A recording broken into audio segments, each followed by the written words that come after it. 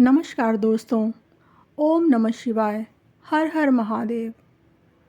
जो भी भक्त सावन के सोमवार का व्रत श्रद्धा, विश्वास और सच्चे मन से करते हैं, भगवान शिव उनकी सभी उचित मनोकामनाओं को अवश्य पूर्ण करते हैं। परिवार में सुख, शांति और समृद्धि प्रदान करते हैं तथा सभी संकटों से रक्षा भी करते हैं। सावन के सोमवार की पावन कथा का प्रारंभ करने से पूर्व आइए सावन की व्रत कथा का प्रारंभ करते हैं। सबसे पहले भगवान श्री गणेश का स्मरण करेंगे। ओम श्री गणेशाय नमः। भगवान शिव और माता पार्वती का ध्यान करते हुए हाथ में जल, अक्षत, पुष्प लेकर व्रत का संकल्प करें। उचित वस्त्र धारण करें उस दिन के अनुरूप, जो व्रत के लिए भगवान को अति प्रिय हैं। तो आइए सुनते हैं सावन के सोमवार की प्राचीन व्रत कथा। प्राचीन समय में एक नगर में एक साहूकार था।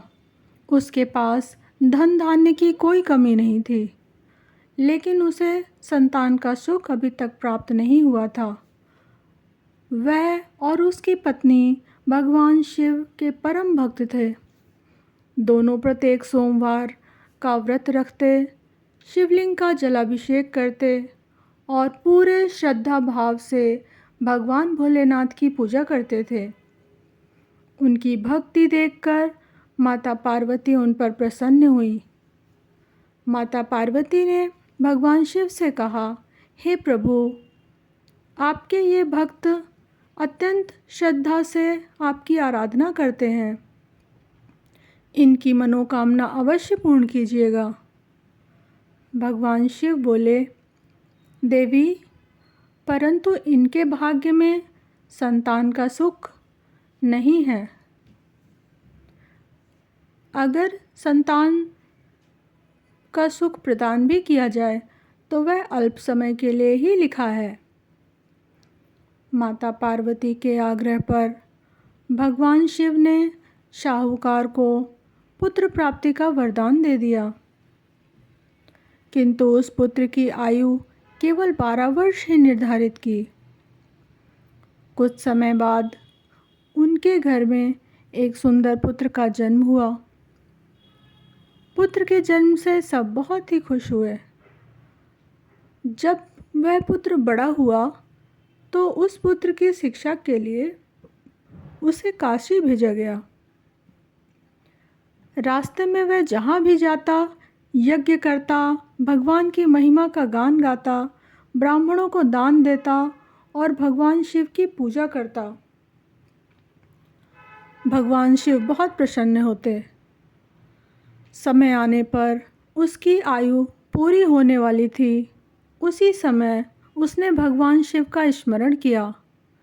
उसकी श्रद्धा, माता पिता की भक्ति और माता पार्वती की करुणा से भगवान शिव प्रसन्न हुए और उसे दीर्घायु का आशीर्वाद प्रदान कर दिया। जब वह सकुशल अपने घर लौटा तो उसके माता पिता अत्यंत खुश हुए और उसकी श्रद्धा, माता पिता की भक्ति, माता पार्वती की करुणा से उसे दीर्घायु का आशीर्वाद प्रदान हो गया था।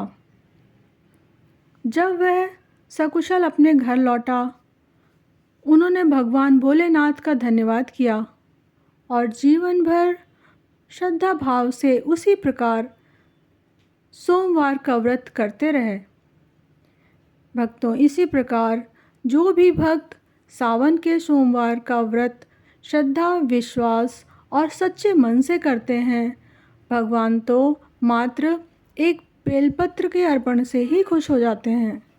एक लोटा जल अर्पण करने से ही सारी समस्याओं का समाधान निकालने लगते हैं और आपको दिशा देने लगते हैं। भगवान शिव उन सभी भक्तों की सारी उचित मनोकामनाएं अत्यंत अवश्य ही पूर्ण करते हैं। परिवार में सुख शांति और समृद्धि का वास होता है और सभी संकटों से रक्षा भी करते हैं। इसी प्रकार भगवान शिव का स्मरण और जाप करते हुए, नित्य नियम का पालन करते हुए हमें भी भगवान शिव को 1 लोटा जल अर्पण करने का नियम धारण रखना चाहिए। अगर आप पास के शिवालय जा सकते हैं तो भगवान शिव के लिए एक स्वच्छ लोटा जल लेकर उसमें अक्षत, रोली, चंदन, चावल, दूब घास, कुछ फूल और कोई नैवेद्य फल, घर का बना हुआ कुछ भी मीठा पकवान और भगवान भोले का मंत्र का जाप करते हुए ओम नमः शिवाय, ओम श्री शिवाय नमस्तुभ्यम का स्मरण और जाप करते हुए भगवान शिव पर जल अर्पण करने अवश्य जाएं। आपकी सभी समस्याओं का समाधान अवश्य मिलेगा और जीवन से सभी नकारात्मक जितने भी विचार हैं उनसे आप दूर होते जाएंगे। तो भक्तों, इसी प्रकार भगवान का स्मरण करते हुए जीवन को खुशी पूर्वक बिताते हुए साहूकार और उनका पुत्र, उनका परिवार सदा सर्वदा के लिए उनके ही स्मरण में लीन रहे और अंत में श्री वैकुंठ धाम को गए।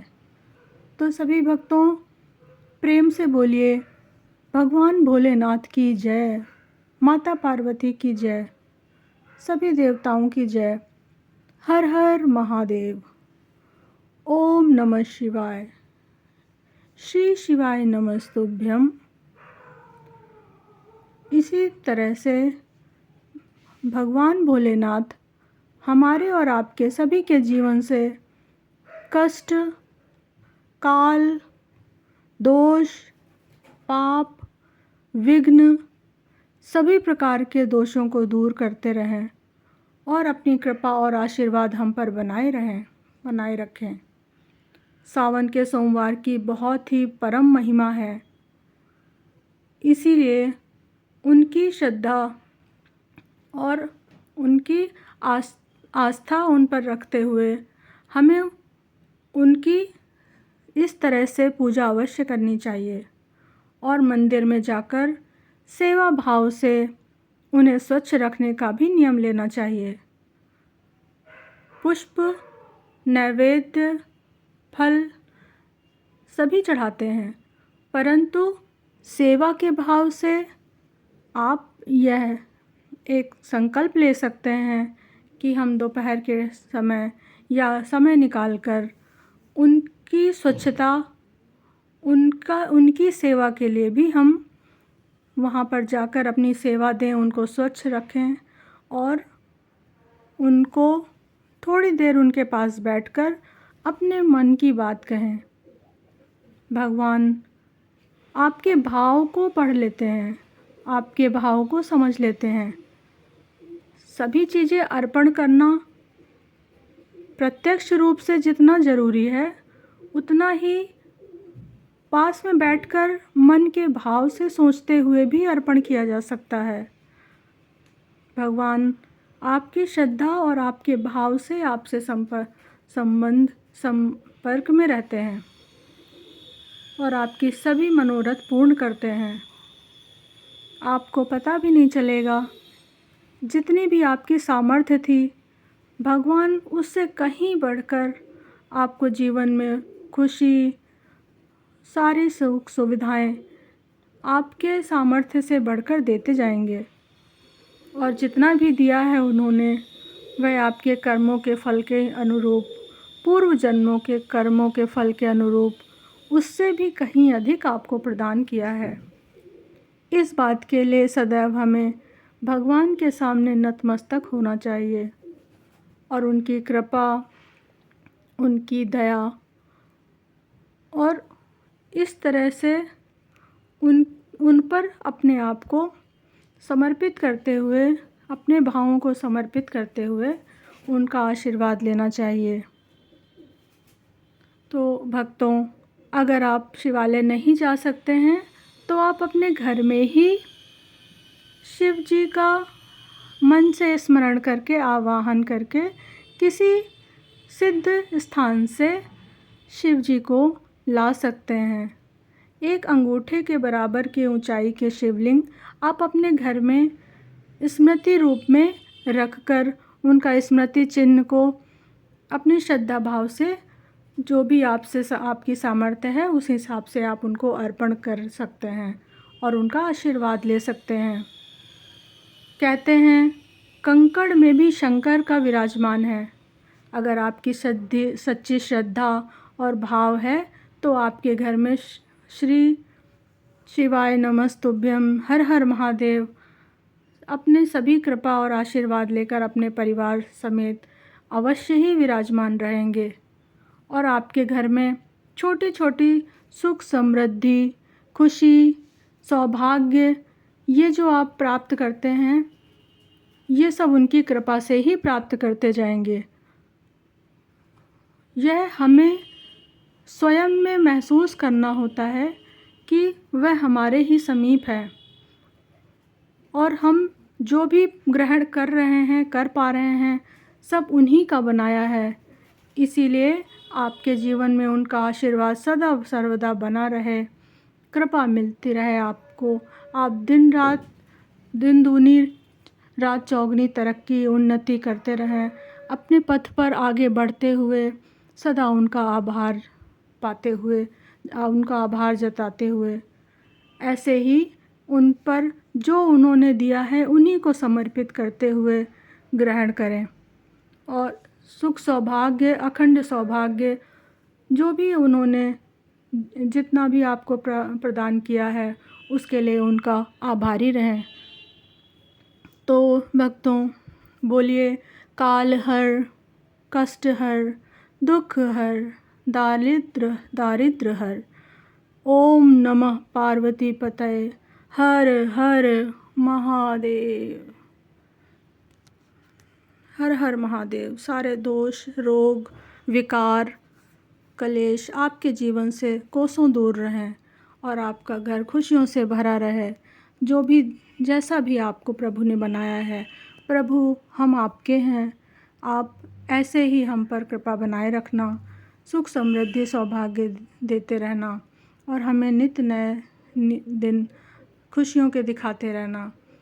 जिस प्रकार सूर्य की रोशनी हर घर को रोशन करती है, किसी में भेद नहीं करती